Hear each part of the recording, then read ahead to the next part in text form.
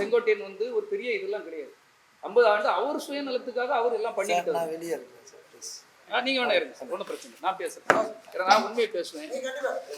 மாற்றம் தருவன்னு சொல்லியிருக்கீங்க, ஒரு மாற்று அரசியல் சொல்லியிருக்கீங்க. மாற்று அரசியல் எப்படி அரசியல்? நாஞ்சில் சம்பத்தால மாற்று அரசியல் தர முடியுமா? செங்கோட்டையன்ல தர முடியுமா? ஆதவ அர்ஜுனால தர முடியுமா? குஷி ஆனதில் தர முடியுமா? நீ புதுசா வருவான், என்கிட்ட பணம் இருக்குன்ட்டு வருவான், பிக் பாயிட்டு வருவான், ரவுடிகள் வருவான், கஞ்சா கடத்துக்காரன் வருவான், பொண்ணுங்களை ரேப் பண்ணவங்கலாம் வருவான். நாளுக்கு நாள் ஒவ்வொரு குப்பை தொட்டிகள் வந்து சேரும்போது நமக்கு எப்படி இருக்கும்? எனக்கு போஸ்டர் ஒட்டினவன், எனக்கு பாலாபிஷேகம் பண்ணவன், என் கட்சிக்காக உழைச்சவன், எனக்காக உழைத்தவர்களுக்கு தான் பதவின்னு சொன்னீங்க முதல் மாநாட்டில். ஆனா யாராவது இதுல ஒரு ஆள் அதுல யாராவது இருக்காங்களா? அப்ப என்ன மாதிரி அவங்க கூட இருந்தவங்களுக்கு வலிக்குமா வலிக்காதா? விஜய் கூட இருந்து கூப்பிட விட மாட்டான் சார். கிட்ட சேர்ந்துருக்கலாம் யாரு? ஒரு சகுனினா பரவாயில்ல சார், 5மே சகுனியா இருந்தா. விஜய் சார் இதுல வந்து போஸ்டிங் இல்லாததை பத்தி நான் வருத்தமே பண்ணல சார். அவருடைய நண்பன்றதே எனக்கு பெரிய போஸ்டிங் தான். 27 வருடம் நம்ம கூடயே உழைச்சிருக்காரு, நமக்காகவே உழைச்சிருக்காரு அப்படின்னா அவருக்கு தெரியும். சாருக்கு 100% தெரிய வரும். அப்படி இருக்கும்போது அந்த சூழ்நிலையில அந்த இடத்துல அவங்களுடைய இதுல வந்து கார் மாறும் சார், லைட்டாக மாறும். தலைவர் வந்து ஒரு டேட்டூவா என் நெஞ்சில குடியிருக்காரோ, நான் நிச்சயமா அவர் மனசில் இருப்பேன், கண்டிப்பாக இருந்திருப்பேன். பட் என்னென்னா நமக்கான நேரம் வரணும்ல சார், சில விஷயங்களை வெயிட் பண்ணி தான் ஆகணும். அதாவது பிரச்சனை பெருசாக அந்த வாலி படம் மாதிரி தான் சார். இந்த பக்கம் காது கேட்காது, அந்த காது கேட்காது, அந்த மாதிரி தான் சார் போகிறேன். என்ன சம்திங் ஒரு பெயின் இருந்துச்சு சார் நைட்டில். அது எனக்கு என்னென்னா ஸ்கேன் எல்லாமே எடுத்தாங்க சார். நம்ம பாட்டிக்கு ஸ்கேன்லாம் பெரிய விஷயம், டார்ச் லைட் அடித்தாலாம் என்னென்னு தெரிஞ்சுன்னு வச்சுக்கிட்டேன். ஸ்கேன் மிஷின் கூடலாம் விட்டும்போது இன்னும் பதட்டம் ஜாஸ்தி ஆகிடுச்சு எனக்கு. அதுக்கப்புறம் அந்த டெஸ்ட் இந்த டெஸ்ட்டு எல்லாம் எடுத்தாங்க சார், எதுவுமே இல்லைன்ட்டாங்க சார். பட் இது பெயின் மட்டும் குறையவே இல்லை எனக்கு. ஒரு பக்கம் மைண்ட் ஓடும்ல, மேபி என்னன்னு தெரியலையா நமக்கு, ஏதாவது ப்ராப்ளமா, அதாவது ஒரே ஒரு விஷயம் இல்லை சார் அப்படின்னு சொல்லிட்டு டாக்டர் கண்ணாடி கழிட்டாருன்னா ஓகே. இல்லை சார் லைட்டாக கால் மட்டும் இப்போ இழுத்துக்கு சார், நானா முயற்சிக்காது. நம்ம ஹெல்ப்புக்கு யார்கிட்ட போய் நிற்போம்? யாரும் உதவி பண்ண மாட்டாங்க சார். அதெல்லாம் ஓடுது எனக்கு ஹாஸ்பிட்டலில், நிறைய விஷயங்கள் ஓடிக்கிட்டே இருக்குது. டாக்டர் சொல்ல நீங்கள் எதோ யோசனை பண்ணிக்கிட்டே இருக்கீங்கன்றாரு. வேறு வழி சார், ஏதோ ஒன்று ஓடிக்கிட்டே இருக்கேன் மைண்டில். அப்புறம் பார்த்தா திருப்பி இது பண்ணாங்க. 4-5 ஹாஸ்பிட்டல் நேம்லாம் வேணாம் சார். போய் பார்த்தா ஒன்றும் வேலைக்கு வேலை சார். ஒருத்தர்லாம் ஃபைலை தூக்கி போட்டு நான் ஏன் MBBS படித்தேன்னு தாவாங்கிட்ட தாட்ட ஆரம்பிச்சார். எதுவுமே இல்லையா அவனுக்கு அப்படின்றாரு. எந்த இதுவுமே இல்லை, எல்லாமே க்ளீனாக இருக்கு அப்படின்றாரு. முடியல. அதுக்கப்புறம் தான் நான் நம்ம தெரிஞ்ச ஒரு மூலியமாக ஒரு இடத்துக்கு போய் பார்த்தேன் சார். பார்த்துதான் தெரிஞ்சது குடலில் வெளியில் மட்டும் லைட்டாக ரணமாக இருக்குது. பிகாஸ் ஆஃப் நிறைய காரம். நம்ம வீட்டை விட்டு வெளியே வந்தோன்னா இந்த மெஸ்ஸிலலாம் சாப்பிட முடியல சார், ஓகேங்களா. அதுக்கப்புறம் சைட்டிஸு அதெல்லாம் வந்து ஃபுல்லாக காரமாக எடுக்கிறதுனால வெளியில் மட்டும் ரணமாக இருக்குன்னா சார், அப்போ தான் சார் ஹாப்பி ஆச்சு. அது வரைக்கும் பயம் இங்கே இருக்குது சார் எனக்கு. என்ன இவர் கூட மெசேஜ் போடலாமா வேணாமா ஃபுல்லெல்லாம் போடல, அண்ணா ஒரு ஹெல்ப்பு, வேறு எதுவுமே போடல.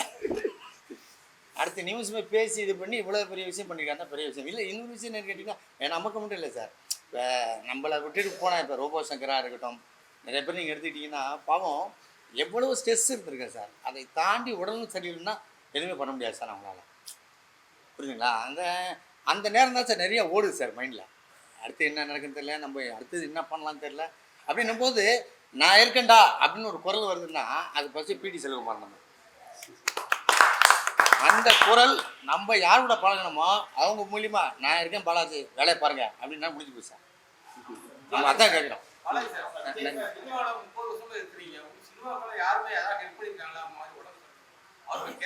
இல்லை சார், நான் பெருசாக கேட்கல சார் யாருக்கு.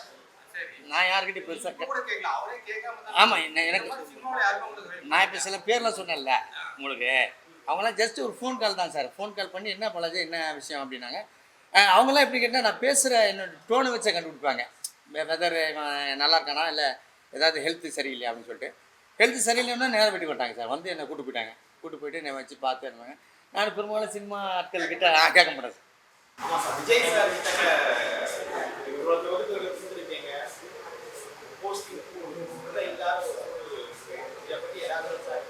விஜய் சார் இதில் வந்து போஸ்டிங் இல்லாததை பற்றி நான் வருத்தமே பண்ணல சார். அவருடைய நண்பன்றதே எனக்கு பெரிய போஸ்டிங் தான். அப்படி இருக்கும்போது நம்ம அவருக்காக உழைக்கிறேன் சார். யார் என்ன சொன்னாலும் இப்போ வரைக்கும், இப்போ நீங்கள் கடைசியாக பார்த்தீங்கன்னா கரூர் சம்பவத்துக்கு கூட 2-3வது நாள் ஹாஸ்பிட்டலில் டிஸ்சார்ஜ் ஆகி நேரம் அங்கே போகிறேன். அப்போ நான் ஹாஸ்பிட்டலில் இருக்கேன். அந்த சம்பவத்தை ஹாஸ்பிட்டலில் ஒரு 5 to 6 days இருந்தேன் சார். 5 to 6 நாள் இருந்தேன். அப்போ தான் சம்பவத்தை பார்க்குறேன். பார்த்துட்டு அடுத்த நிமிஷமே ஹாஸ்பிட்டல் தானே டிரைவர் கேட்டார், எங்கே சார் போனேன்னு, கரூர் போங்கன்னு. என்ன சார் கரூர் உடம்பு சொல்லி, போங்க பார்ப்போம் போங்க, அங்கெல்லாம் குழந்தைலாம் இறந்துருக்காங்க பார்ப்போங்க அப்படின்னு சொல்லிட்டு நேராக போனேன் சார். அங்கே போயிட்டு எல்லாரையும் பார்த்து பேசும்போது கூட நிச்சயமாக தலைவர் உங்களை வந்து சந்திப்பார், இல்லை நீங்கள் அவரை சந்திப்பீங்க, உங்களுக்கு ஆறுதல் கொடுவார் அப்படின்னு தான் சார் சொல்லிட்டாங்க. ஏகப்பட்டவை கட்சியில ஜாயின் பண்ணியிருக்காங்க. அப்போ உள்ளவங்க வந்து யாருமே விஜய் சார் பக்கத்துல கூட வைக்கல. ஸோ இதை பத்தி மேபி ரீசெண்ட் டேஸில் அவருக்காக தோணும், நம்ம கூட நிறைய பேர் இருந்திருக்காங்க, நமக்காக இருந்திருக்காங்க, 27 வருடம் நம்ம கூடயே உழைச்சிருக்காரு, நமக்காக உழைச்சிருக்காரு அப்படின்னா அவருக்கு தெரியும். சாருக்கு 100% தெரிய வரும். அப்படி இருக்கும்போது அந்த சூழ்நிலையில் அந்த இடத்துல அவங்களுடைய இதில் வந்து கலர் மாறும் சார், லைட்டாக மாறும். இதை பற்றி நீங்கள் என்ன சார் நினைக்கிறீங்க? சார் நீங்களா இருக்கட்டும், முன்னாடிகளாக இருக்கட்டும், ஏகப்பட்ட பேர் விஜய் சாருக்காக உழைச்சிருக்காங்க. இப்போ வந்து சம்மந்தமே இல்லாமல் விஜய் சார் கட்சியில் ஏகப்பட்ட பேர் வேற கட்சியிலேருந்து சேர்ந்தவங்க இருக்காங்க. பழைய ஆளுக்கெல்லாம் சேர்க்காம சார் இது வந்து பதில் சொல்ல நான் அவர் வளர்ச்சிக்காக கூட இருந்த ஒரு ஆள் இருந்தாலும் அவர் பக்குவப்படணுங்கிறாங்க. இது மூலமாக தெரியட்டும். இப்போ பாலாஜி சொல்லும் மூலமாக 27 ஆண்டுகள் இருந்தவங்களை பற்றி தெரியணும்னு சொல்கிறாங்க இல்லையா? இப்போ நான் என்ன சொல்கிறேன்னா கண்டிப்பாக தெரியணும் சார். என்ன ஓப்பனாக பேசாதனாலே எல்லாம் பிரச்சனைகள். இப்போ ஒரு உதாரணத்துக்கு போனால் ஆதவ அர்ஜுனா எங்கேருந்து வந்தார்னு தெரியும். ஒரு லாட்ரி மருமகன் இருக்கார் இல்லையா, அந்த பொண்ணை ஏமாற்றி லவ் பண்ணி கல்யாணம் பண்ணிட்டு வந்தவர். ஏன்னா உண்மை தெரியலன்னா மக்களுக்கும் கடைசி வரை தெரியாது சார், ரசிகர்களுக்கும் தெரியாமல் போயிட்டு. எதுக்காக சொல்கிறேன்னா இது எல்லாருக்கும் தெரியணும். அதே போல் வந்தது யார், செங்கோட்டையன் வந்து ஒரு பெரிய இதெல்லாம் கிடையாது. 50 ஆண்டு அவர் சுயநலத்துக்காக அவர் எல்லாம் பண்ணிட்டு நீங்கள் வேணா இருங்க சார், ஒன்றும் பிரச்சனை, நான் பேசுகிறேன். ஏன்னா நான் உண்மையை பேசுவேன். செங்கோட்டையனை பற்றி எல்லாருக்கும் தெரியும். நான் மனசில் பட்டது உண்மையை சொல்லுவேன் சார், நாளைக்கு தெரிஞ்சுக்கணும் அப்படிங்கிறதுக்காக. செங்கோட்டையன் வந்து 50 ஆண்டுகள் எம்ஜிஆருடைய விசுவாசின்னு சொன்னார், ஜெயலலிதா அவங்களுடைய விசுவாசின்னு சொன்னார். அந்த கட்சியிலேயே அவ்வளோத்தையும் அவர் அனுபவிச்சுக்கிட்டார். அதாவது ஒரு மரத்தில் இருக்க பழங்கள், காய், கனிகள் எல்லாத்தையும் அனுபவிச்சுக்கிட்டார். அனுபவிச்ச பிறகு திடீர்னு ஒரே நாளையில் வந்து நான் வந்து இன்னொரு இடத்துக்கு போராடி சொல்கிறது அவர் எம்ஜிஆருக்கோ இல்லை ஜெயலலிதா அம்மாவுக்கோ இல்லை அந்த கட்சிக்கோ செய்கிற துரோகம். அதேமாதிரி ஓட்டுப்பட்ட மக்களுக்கு செய்கிற துரோகம் சார். இதெல்லாம் உண்மையாக பேசணும். அவர் வந்து ஒன்று என்னத்தை மாற்றிடுவாங்க நாட்டில் சொல்லுங்க. கட்சி அந்த பெரும் கட்சியில் இருந்தே, செல்வாக்குள்ள கட்சியில இருந்தே ஒன்றும் பண்ண முடியாது. அவர் என்ன பண்ணிடுவார்? அதே போல் அவர் மட்டும் இல்லை, கூட இப்போ சேர்ந்துருக்கிற ஒரு ஆதவ் அர்ஜுனா மட்டும் இல்லை, நிர்மல்குமார் எத்தனை கட்சியில் இருந்தார்னே தெரியும். பாஜகவில் இருந்தார், ஏடிஎம்கேல இருந்தார், அவர் பல கட்சிகள் இருந்தவர். இப்போ அவர் கூடல இருக்கிறார். அடுத்தால பார்த்தீங்கன்னா புஷியானந்த் வந்து இடையில சேர்ந்தவர் தான். வெங்கட்ராமன்கிறவர் ஒரு அக்கௌண்டண்ட்டாக இருந்தவர். இப்போ ஜான் ஆரோக்கியசாமியை பற்றி தெரியும், பியூமாவுக்கு வந்தவர். இந்த 6-7 வரை தவிர நாஞ்சில் சம்பத்திப்போம் அவர் பல கட்சிகளிலிருந்து வந்தவர். நாளுக்கு நாள் ஒரு கட்சியாக இருந்தாலும் அவர் மாறிடுவார், ஒரு பச்சோந்தி மாதிரி. இப்போ நான் இதை எதுக்காக சொல்கிறேன்னா சார், நீங்கள் உங்களுக்கு தெரியணும், நீங்கள் நாட்டை ஆள போகிறவங்க, இந்த மக்களுக்கு என்ன செய்யணும்.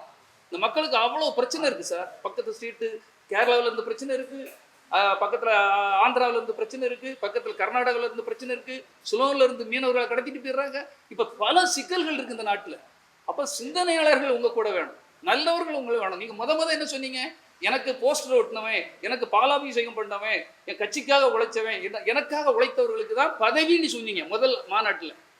ஆனால் யாராவது இதில் ஒரு ஆள் அதில் யாராவது இருக்காங்களா? அப்போ என்ன மாதிரி அவங்க கூட இருந்தவங்களுக்கு வலிக்குமா வலிக்காதா? வேணா தாடி பாலாஜி வந்து விட்டு கொடுக்குற ஆளாக இருக்கலாம், அவருக்கு வேணா அந்த வலி இல்லாமல் இருக்கலாம். ஆனால் நான் உண்மையிலே உங்களுக்காக உழைச்சவன். நீங்கள் எங்கே வேணாலும் உங்கள் பத்திரிகையாளர்களுக்கு தெரியும் எனக்கு என்ன வலிங்கிறது தெரியும் சார். ஒரு நாள் நான் நிம்மதியாக தூங்கினேன் கிடையாது சார். ஒரு மனிதன் வளர வேண்டும் என்பதற்காக கரெக்டாக 2 மணிக்கு தான் சார் நான் வந்து தூங்க போவேன். 5 மணிக்கு எழுதிட்டு இருப்பேன் சார். இதெல்லாம் நான் பொய்க்காக சொல்லலை. ஒரு நடிகர், அவர் ஒரு பெரிய பிம்பமாக வரணும்னு நினைச்சோம். அவர் வந்துட்டார். வந்த பிறகு சுற்றி இருக்கிற சூழல் பாருங்க எப்படி இருக்கு. நாளுக்கு நாள் ஒவ்வொரு குப்பை தொட்டிகள் வந்து சேரும்போது நமக்கு எப்படி இருக்கும்? சரி, எங்களை மாதிரி உள்ளவங்களை ஏன் இவ்வளோ புறக்கணிக்கணும்? நீங்கள் சேருங்க நீ கெஞ்ச போகிறதும் கிடையாது, நம்ம பிச்சை எடுக்க போகிறதும் கிடையாது. எங்களுக்குன்னு உழைக்கிறதுக்குன்னு கடவுள் ஒரு ஆற்றல் தந்திருக்காங்க. நாங்கள் உழைப்போம், இல்லை யார் கூட சரி வீட்டில் சும்மா கூட இருப்போம், ஏதாவது தினக்கூலியாகிட்டு கூட போயிட்டு வருவோம். இது எதுக்கு சொல்லணும்? மனதனுடைய வேதனை. நான் தப்பிச்சிடும் சார். ஆனால் இதே மாதிரி பலர் பாதிக்கப்பட்ட பல மாவட்ட தலைவர்கள், பல செயலாளர்கள் பதவி கிடைக்காம கஷ்டத்துலையும் வலியிலையும் இருக்காங்க. நீ புதுசாக வருவான், என்கிட்ட பணம் இருக்குன்ட்டு வருவான், பிக் பாயிட்டு வருவான், ரவுடிகள் வருவான், கஞ்சா கடத்துக்காரன் வருவான், பொண்ணுங்களை ரேப் பண்ணவங்கலாம் வருவான். ஏன்னா அவன் பகட்டாக வருவான். அப்படி அவங்கள இணைச்சிடாதீங்க. இந்த நாடு ஒரு ஏக்கத்தில் இருக்குது சார். நீங்கள் மாற்றம் தருவேன்னு சொல்லியிருக்கீங்க, ஒரு மாற்று அரசியல்னு சொல்லியிருக்கீங்க. நான் சொல்கிறேன், உண்மையாக இருந்தால் மட்டும் போடுங்க. மாற்று அரசியல் எப்படி அரசியல்? நாஞ்சில் சம்பத்தால் மாற்று அரசியல் தர முடியுமா? செங்கோட்டையனில் தர முடியுமா? ஆதவ அர்ஜுனில் தர முடியுமா? புஷி ஆனதில் தர முடியுமா? தர முடியும்னு சொல்லுங்க, நான் பதில் சொல்றேன். டிஎம்கேவோட சேர போறதா அரசியல் பஸ்ல பேச்சு போயிட்டு இருக்கு. டிஎம்கேவோட கூட்டாக சேர வாய்ப்பு இருக்கா சார்? எனக்கு ஒரு பாதுகாப்பு தேவை சார். 10 பேர் மிரட்டுவான், நீங்க அவர் கூட இருந்துட்டு அவனுக்கு தெரியாது சார். விஜய் பற்றி அவர் கூட இருக்க சூழல் பற்றி எனக்கு தான் தெரியும். நாங்களாம் கூட இருந்திருக்கேன். உங்களுக்கு எப்படி தெரியும்? நீ ஒரு கிராமத்தில் இருக்க ஊத்தாம்பட்டி இல்லை பன்னீர்பட்டி, அந்த பட்டி இந்த பட்டியில் இருக்க ஒன்று கிராமத்தில் உள்ள விஜய் ரசிகனுக்கு எப்படி தெரியும் அந்த பேக்ரவுண்டு? அங்கே நடக்கிற பிரச்சனைகளோ சிக்கல்களோ என்ன நடக்க போகுதுங்கிற எனக்கு தெரியும் சார். நான் இன்னும் பெரிய உண்மைகளெல்லாம் சொல்லலை, எல்லா விஷயமும் எனக்கு தெரியும். ஆனால் அவர் கவனமாக இருக்க வேண்டும். திருடர்கள்ட்டெல்லாம் போயிடக்கூடாது. இப்போ எங்களுக்கு ஒரு வழி, எனக்கு ஒரு மாற்று வழி வேணும் சார். பாலாஜிக்கு கொஞ்ச நாள் பார்ப்பாரு, அதுக்கடுத்துல அவருக்கு ஒரு மாற்று வழி வேணுமா வேண்டாமா? அவருக்கு ஒரு குடும்பம் இருக்குல்ல சார், அவர் வாழணுமா வாழ வேண்டாமா? இப்போ நான் வாழணுமா வாழ வேண்டாமா? அப்போ நான் அப்படியே இருந்து விஜய் கூட இருந்துட்டேன், என் வாழ்க்கையோட சந்திரமுகி மாதிரி வீட்டை ரூமை பூட்டி போட்டு நான் ரூமுக்குள்ளே இருக்க முடியுமா? படையப்பாவில் நீலாம்பரி இருந்த மாதிரி ரூமை பூட்டி போட்டு நான் இருக்க முடியுமா? இனி நான் வெளியே வர மாட்டேன், லைட்டே பார்க்க மாட்டேன், அப்படி எங்களால் இருக்க முடியாது. எங்களுக்குன்னு ஒரு கடவுள் ஒரு வாய்ப்பை தந்திருக்காரு, ஒரு உழைக்கிறதுக்கு ஒரு ஆற்றலை தந்திருக்காரு. நாங்கள் உழைப்போம். ஏதாவது ஒரு கட்சிகளையோ ஒரு நல்ல கட்சிகளோ எனக்கு வாய்ப்பு தந்தால் நான் கண்டிப்பாக சேருவேன்.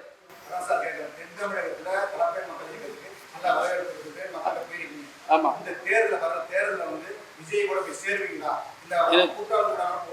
சார் இது அதுக்கு தான் சொல்லிட்டு விஜய் கூட இருந்து அவர் கூப்பிட விட மாட்டான் சார். கிட்ட சேர்ந்துருக்கலாம் யாரு?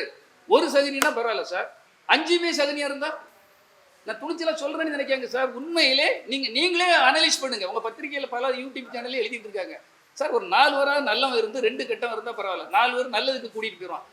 6 பேருமே கெட்டவனா இருந்தா ஒருத்தனுக்கு ஒருத்தன் குடிக்கிட்டு போயிடுவாங்க சார். இன்னைக்கு நல்லா இருக்கும், கூட்டம் வரத்தான் செய்யும். நேற்று சினேகாவுக்கு இங்கே ஒரு மீட்டிங் போட்டிருக்காங்க, அவ்வளவு டிராபிக், அவ்வளோ ஜாம். அவர் திறப்பு விழாவுக்கு வந்த ஒரு பொண்ணுக்கு நமிதா முன்னால் இப்போ ஒரு 4-5 வருஷத்துக்கு முன்னால் சேலத்துக்கு போயிருக்கு, மொத்த சிட்டியுமே டிராபிக் ஜாம். ஒரு நடிகைகள் வரும்போது சார், அந்த அவருடைய தொண்டர்கள் மட்டும் இல்லை, எல்லாருமே பார்க்க விரும்புவாங்க சார். ஒரு நடிகரை பார்ப்பாங்களா பார்க்க மாட்டாங்களா?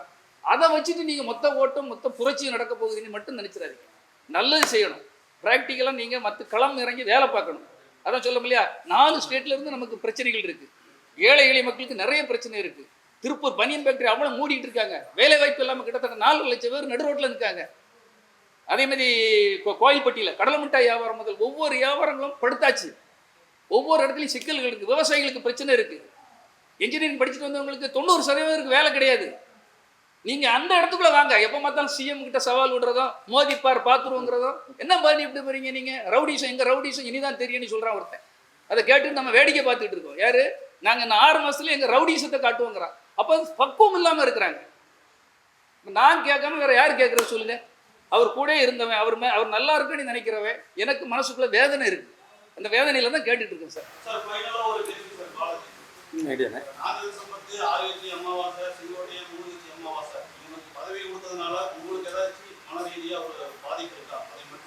அப்படிலாம் இல்லை, அவங்களுடைய விருப்பம் போய் சேர்ந்தது. அவர் தலைவர் கூப்பிட்டு பதவி கொடுத்ததுல அவங்களுடைய விருப்பம் தான், அதெல்லாம் உண்மையில. இப்போ எப்படி வந்துட்டு தலைவர் வந்து ஒரு டேட்டூவாக என் நெஞ்சில் குடியிருக்காரோ, நான் நிச்சயமாக அவர் மனசில் இருப்பேன், கண்டிப்பாக இருந்திருப்பேன். பட் என்னென்னா, நமக்கான நேரம் வரணும்ல சார். சில விஷயங்களை வெயிட் பண்ணி தான் ஆகணும். வெயிட் பண்ணுவோம், பார்ப்போம்.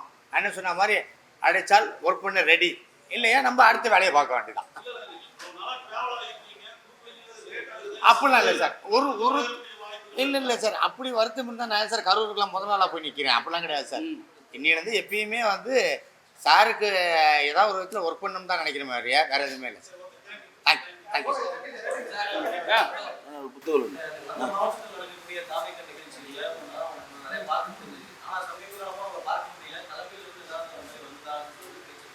அது நீங்கள் தான் தலைமையை கேட்கணும். நான் ரெடிட்டேன் சார், நான் ரெடி. பட் தலைமை தான் முடிவு பண்ணேன். சரி.